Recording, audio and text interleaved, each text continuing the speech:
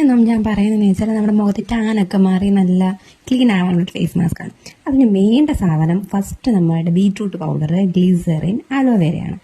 ഇത് മൂന്നും ഞാൻ ബീട്രൂട്ട് പൗഡർ 1 സ്പൂണായിട്ട്, എന്നിട്ട് ഈ അലോവേരയും ഗ്ലിസറിനും 1 സ്പൂൺ തന്നെ, ഇതെല്ലാം കൂടി ഇട്ട് നല്ല മിക്സ് ചെയ്യുമ്പോൾ നല്ല ചുമന്ന കളറിൽ കിട്ടും.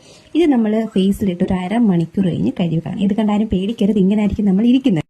ഞാനൊക്കെ പോയിട്ടുണ്ട് കേട്ടോ, എനിക്ക് നല്ല റിസൾട്ട് കിട്ടിയിട്ടുണ്ട്.